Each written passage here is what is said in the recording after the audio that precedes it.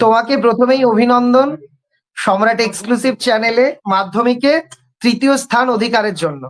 তো thank you. সত্যি সত্যি তোমার রেজাল্টে আমি ভীষণ খুশি। তো আমার তোমার কাছে প্রশ্ন, দেখো তুমি কি হবে বড় হয়ে, কেমন পড়াশুনো করতে, কয় ঘন্টা পড়তে ইত্যাদি, এই প্রশ্নের উত্তরগুলো তোমাদের বহুবার দেওয়া হয়ে গেছে। আমি আর একই কথা চকিত চর্বণ করব না। আমার প্রশ্নটা হচ্ছে, যারা তোমার মতন আগামী বছর র্যাঙ্ক করতে চাইছে বোর্ডে, তাদের জন্য তোমার 3টে টিপস, যেটা তুমি তোমার নিজেকে দিয়ে প্রুফ করে দেখেছো যে এইগুলো মেনে চলাটা প্রয়োজন। ফার্স্ট টিপস তো টেক্সট বুক খুব অ্যাটেন্টিভলি পড়তে হবে, মানে একদম টেক্সট বুক, যা টেক্সট বুক ফলো করে প্রয়োজনে একটা ছেড়ে দুটো তিনটে টেক্সট বুক, এবং খুঁটিয়ে নাটিয়ে টেক্সট বুক পড়তে হবে। টেক্সট বুকের লাইন যেন কোনো মিস না যায়, প্রত্যেকটা চ্যাপ্টারের প্রত্যেকটা লাইন খুবই ইম্পর্টেন্ট। এবং আবার বাংলার জন্য স্কুল থেকে যে টেক্সট বুক দেয় সেগুলো, মানে টেক্সট বুক ফলোটা মেন ইম্পর্টেন্ট। দেন এবারে অনেক ধরনের, যেমন সম্রাটের যে এক্সক্লুসিভ সাজেশন গুলো, তার যে এমসিকিউ পোর্শনটা, মানে শর্ট কোশ্চেনের জন্য এমসিকিউ আর 1 নম্বরের কোশ্চেন প্রচুর প্রচুর প্র্যাকটিস করতে হবে, বিশেষত টেস্টের আগে থেকে শুরু করে দিতে হবে। তারপর তো টেস্ট পেপার সলভ আছে।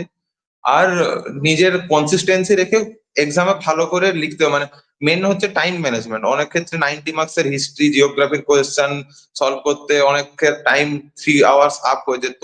টেস্টের পর থেকে নিজেকে নিজেকে নিজের সামনে, ঘড়ির সামনে রেখে বারবার এক্সাম দিতে হবে, যাতে টাইম ম্যানেজমেন্টটা এক্সাম হলে ঠিক হয়ে যায়। আমি ঝটপট তোমায় কয়েকটা প্রশ্ন করবো, এটা র্যাপিড ফায়ারের মতনই, তোমাকে আমাকে দুটোর মধ্যে একটা বাঁচতে হবে। নাম্বার 1 হচ্ছে, আহ স্যারেদের পরীক্ষা মানে প্রাইভেট টিউটার হতে পারে, কোচিং এর পরীক্ষা, নাকি কোনো সংস্থার মক টেস্ট, কোনটাকে এগিয়ে রাখ? সংস্থার মক টেস্ট। কেন, মানে সেখানে অ্যাটমসফিয়ার না কি হয়, মানে এক্সাক্ট বিষয়টা কি? মানে টিউশনে তো খুব বাঁধা ধরা হতো কয়েকজনের সাথে, আর একটা পার্টিকুলার সাবজেক্ট নিয়ে আমি করতে পারবো। আর ওখানে কি হবে, পুরো মাধ্যমিক প্যাটার্নে যেমন পরীক্ষা হয়, তার সাথে অনেক অনেক স্টুডেন্ট থাকে, সবার সাথে নিজেকে কম্পেয়ার করা যায়। বেশ, আমার দ্বিতীয় প্রশ্ন, টেক্সট বই নাকি নোট বই, কোনটা সবার আগে? Text book, obviously text book. আচ্ছা, শুধু পড়াশুনো নাকি পড়াশুনোর পাশাপাশি এন্টারটেনমেন্টেরও একটা গুরুত্ব আছে? ও, এন্টারটেনমেন্টের গুরুত্ব আছে। বিশেষত বেশ। এন্টারটেনমেন্ট বলতে মোবাইলের ঝোঁকটা ভালো নয়, মোবাইল হুম। নিজেকে খেলাধুলোতে যদি কেউ ইন্ডালজ করতে পারে সেটা সব থেকে ভালো। পড়াশোনা আর খেলাধুলো, শরীরও ভালো থাকবে, মনও ভালো থাকবে। আর হ্যাঁ। তুমি আমাদের যে বইগুলো পড়েছো, এটা নিয়ে তোমার মতামত কি, কেমন লাগলো? সম্ভবত তোমাদের মানে তোমার পরিবারও এই বইয়ের সঙ্গে প্রত্যক্ষভাবেই যুক্ত। তো হ্যাঁ। গোটা বিষয়টা মানে তারাও জানেন এই বইটা কেমন। তো সেটা নিয়ে আমি হ্যাঁ। পরে আসছি। ইভেন আমি তোমার মুখে জানতে চাইবো, মানে বইটা এক্সাক্ট পড়ে তোমার কি মনে হলো? কেন বইটা এগিয়ে?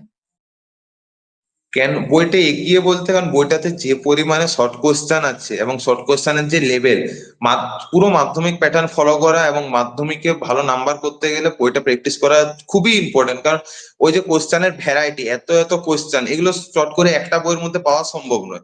তাহলে যখন একটা বই করে সব কোশ্চেন ভ্যারাইটি পাওয়া যাচ্ছে, তো সেক্ষেত্রে তো সম্রাটকে চুজ করতেই হবে।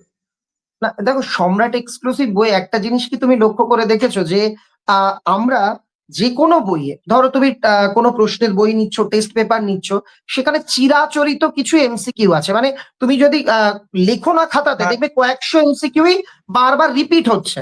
কিন্তু হ্যাঁ। আমি যদি মাধ্যমিকের প্রশ্ন অ্যানালাইসিস করি, আমি বাংলাটা বলতে পারবো, এমন কিছু প্রশ্ন দেওয়া হচ্ছে, অর্ধেক অর্ধেক হয়তোই হুম। চিরাচরিত, বাকি অর্ধেক কিন্তু সেটা অন্য কোনো জায়গায় আমরা দেখিনি।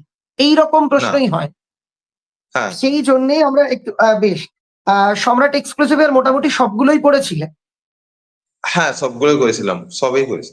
ইংলিশটা করা হয়নি, ইংলিশটা আমি অতটা বেশি গুরুত্ব দিইনি ইংলিশটাতে। বাংলাটা মানে বাকি নিজের সব মতো করে পড়তে। হ্যাঁ, ইংলিশটা নিজের মতো করেছে। বাকি যেগুলো 36 মার্কসের যে শর্ট কোশ্চেন, তার সাথে 2 মার্কসের কোশ্চেন গুলো সব আমি সম্রাট ফলো করেছি, সম্রাটের সব কোশ্চেন কভার করেছিলাম। দেখো, এই জায়গাতে আমি কে তুমি কে এই সমস্ত ব্যক্তিগত পরিচিতিটা আমি দূরে রেখে যদি আমি তোমার কাছে একটা প্রশ্ন করি, যে মাধ্যমিক পরীক্ষার্থীদের জন্য সম্রাট এক্সক্লুসিভ এর সত্যিই কি গুরুত্ব আছে, বইটা কি পড়া প্রয়োজন? গুরুত্ব অবশ্যই আছে। এত শর্ট কোশ্চেনের ভ্যারাইটি, যেটা না করলে হয়তো মাধ্যমিকে গিয়ে এট আ টাইম এক্সাম সেন্টারে বসে যে 36টা শর্ট কোশ্চেন, মাধ্যমিকে র্যাঙ্ক করতে গেলে যে শর্ট কোশ্চেন সব ঠিক করতে হবে। শর্ট কোশ্চেনে 1-2 নাম্বার মিস চলে যাওয়া একদম, মানে মানে তখন আমি তোমার সূত্র ধরেই বলি যে দেখো, বড় প্রশ্ন না ইজিলি কমন পাওয়া যায়। তুমি নিজেও একটু অ্যানালাইসিস করলে তুমি বুঝতে পারবে যে এইগুলোই আসতে চলেছে। কিন্তু তাই বড় প্রশ্নে আমরা পুরো নাম্বারটা পাই বা কমনও চলে আসে। শর্টটা নিয়ে হয় সমস্যা। আর যারা হ্যাঁ আমাদের নতুন দর্শক তাদের বলি, আমাদের বইয়ে কিন্তু শর্ট ডট সমস্ত কিছুরই উত্তর আছে।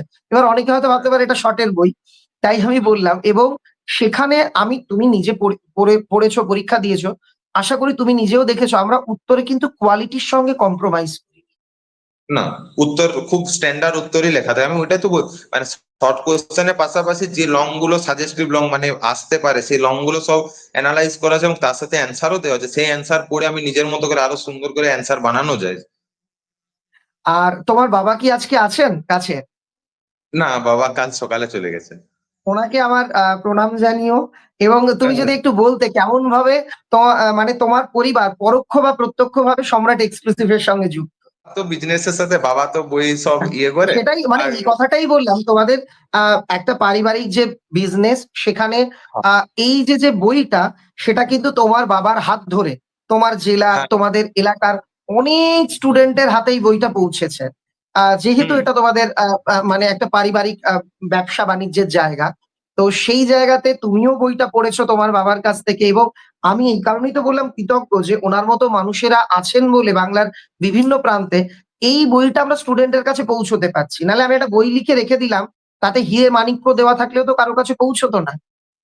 না, অবশ্যই বাবা এই সবাইকে, যতজন আমাদের মাধ্যমিক স্টুডেন্ট ছিল সবাইকে লাস্ট মোমেন্টে অবভিয়াসলি সম্রাটের এই বইটা যখন পাবলিশ হয় তারপরে সবাইকে ওইটাই কিনতে বলে।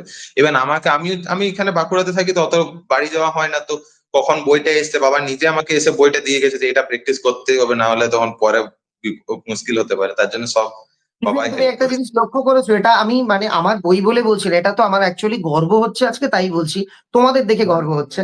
সেটা হচ্ছে তুমি পরীক্ষা যখন দিতে গেছো তুমি লক্ষ্য করে দেখবে যদি ভালো করে তুমি পরীক্ষা সেন্টারে তাকিয়ে দেখো, যাদের হাতে বই ছিল যারা পরীক্ষা দিতে গিয়েও পড়ছিল তাদের হয়তো 50% আমাদের বইটাই হ্যাঁ, ছিল। হ্যাঁ, হ্যাঁ, ছিল তো, অবশ্যই এইটা ছিল। কিন্তু আমি বিভিন্ন জায়গায় দেখেছি। হ্যাঁ, এক্সাম সেন্টারে তো তখন টেক্সট বুক পড়ে তো লাস্ট মোমেন্টে কিছু মানে হবে তার না, তখন আগে তো লাভ হয় না, তখন ওরা একবার চোখ বুলিয়ে নেওয়ার জন্য। আচ্ছা আমি তোমার কাছে সম্রাট আরেকটা প্রশ্ন করবো। হুম হুম হ্যাঁ, হুম সেটা হচ্ছে আহ উত্তর বাংলার ক্ষেত্রে একবারে হুম। লেখা ভালো নাকি পয়েন্ট ভিত্তিক ভেঙে ভেঙে লেখা ভালো? 5 মার্কসের কোশ্চেন গুলোতে পয়েন্ট ভিত্তিক করে লেখা ভালো। অবভিয়াসলি পয়েন্টে হলে কি হয়, মানে সূচনা আর মাঝখানে 4টা পয়েন্ট, উপসংহার 5 নাম্বার আরামসে চলে আসবে। আর 3 নাম্বারের এবার এই কোশ্চেন গুলো, প্রশ্নে পয়েন্ট হয় না সেখানে না দিলেও চলে, কিন্তু পয়েন্টিং করে যদি লেখা যায় সেটা বেটার। হ্যাঁ সেটা বেটার, কারণ পয়েন্টিং করে লিখলে একটা সাব পয়েন্টের আন্ডারে কম লিখতেও হয় এবং কম লিখে নাম্বারও পাওয়া যায়। যদি প্যারাগ্রাফ হ্যাঁ, আকারে ওই লেখা হয় তখন 4টে পয়েন্ট থাকলে স্যারেরা যখন উত্তরের নির্দেশিকাতে বলা আছে এই 4টে বৈশিষ্ট্য বা এই 4টে কথা উত্তরে দরকার, ওনাকে ওখানে 5 দিতেই হবে। হ্যাঁ, হ্যাঁ, একদম ওইটাই। এই আর নাম্বারটা পুরো হয়ে যায়। কোশ্চেন সিলেকশনও আছে। আবার 5 মার্কসের গুলো 1+4 থাকলে বা 2+3 থাকলে সেগুলো লেখা আরো সহজ হয়ে যায় তখন। হুম হুম হুম আচ্ছা এই যে একটা বিরাট সাফল্য, এরপরে মানুষ বলে একটা সাফল্যের একটা বিড়ম্বনা আছে, যেমন তুমি এটা আশা করি উপভোগ করেছো। সেটা হচ্ছে যেই আসছে সেই মুখের মধ্যে, যেমন বিসর্জনের আগে দেখবে যে দুর্গা বা যা ঠাকুরের মুখে আমরা মিষ্টি মুখ করাই, মানে আর জায়গা থাকে না, এরম ভাবে মিষ্টি মুখ হয়। তো এই মিষ্টি মুখটা তোমার কাছে কেমন লাগলো? কেমন এই ব্যাপারটা এনজয় করলে? যেখানে গেছো, যার কাছে গেছো, যখন গেছো, মিষ্টি, এই মিষ্টির বাইরে চকলেট কেন হয়নি, বিরিয়ানি কেন হয়নি, মোমোস কেন হয়নি? আই থিঙ্ক এটা একটা ট্রেডিশন, মানে বাঙালি যে ট্রেডিশন, কোনো কিছু সুখবরে আগে মিষ্টি মুখ। মিষ্টি, আচ্ছা সেক্ষেত্রে প্রথম দিন কতগুলো মিষ্টি খেতে হয়েছে? কাউন্ট করিনি, মানে প্রচুর। এদিকে ইন্টারভিউ চলছে, এদিকে সবাই মিষ্টি খাই যাচ্ছে, একের পর এক অস্বস্তি মিষ্টি খায়। লাগছিল ওটা, এইটাই তো আমি বলছি।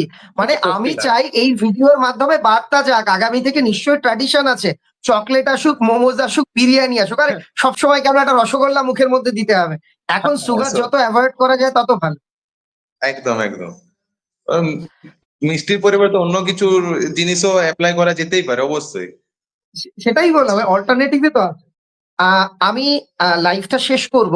আমার মানে সত্যি কথা বলতে তোমার উদ্দেশ্যে যদি আমি বলি, আমার একটাই আশীর্বাদ, একটাই কামনা, একটাই শুভ কামনা রইল যে তুমি তোমার নিজেকে ছাপিয়ে চলো আগামীতে। এবার যেমন অবশ্যই। রেজাল্ট হয়েছে, আগামীতে অন্যের সঙ্গে নয়, নিজের সঙ্গেই নিজের তুলনা হোক। নিজেকে ছাপিয়ে যাওয়ার জন্য আমরা যেন এগিয়ে যেতে পারি। জীবনে ধন্যবাদ। চলার পথে অনেক ক্ষেত্রে আমাদের অনেক বিড়ম্বনা থাকবে, অনেক বাধা বিপত্তি থাকবে। কিন্তু তুমি বিশ্বাস করো, সাফল্য দিয়ে সবকিছুকে অতিক্রম করা যায়। আমাদের হুম, প্রত্যেকের মধ্যে তো প্রতিকূলতা আছে। হয়তো হুম, আ আ কারো কি বলা যেতে পারে? আমি অন্যভাবে বলছি না। কারো চেহারার ক্ষেত্রে প্রতিবন্ধকতা, যে অনেকে বলে দেখতে ভালো না, অনেকের হাইটে, যেমন আমার হাইট খুব শর্ট। অনেকে, কেউ খুব রোগা, কেউ মোটা, কারো উচ্চারণের ত্রুটি আছে। এইগুলো নিয়ে আমরা দেখেছি মানুষকে জীবনে অনেক ছোট হতে হয়। কারো বংশ হয়। পরিচয় নেই ইত্যাদি নিয়ে। কিন্তু আমরা সমস্ত প্রশ্নের উত্তর দিয়ে দিতে পারি আমাদের সাফল্য দিয়ে। যখন আমরা একদম। সফল হই, তখন কিন্তু সমস্ত কিছু হুম, পার হয়ে যায়। আর হ্যাঁ, একটা কথা মনে রাখতে হবে যে ব্যর্থ মানুষের গল্প কেউ শোনে না। আরেকটা ব্যর্থ মানুষও না। এইজন্য না, আমাদের সফল হতে হয়। একদম। ধন্যবাদ স্যার। খুব ভালো থেকো। আমার হ্যাঁ, তরফ থেকে অনেক, অনেক শুভেচ্ছা রইল। Thank you sir.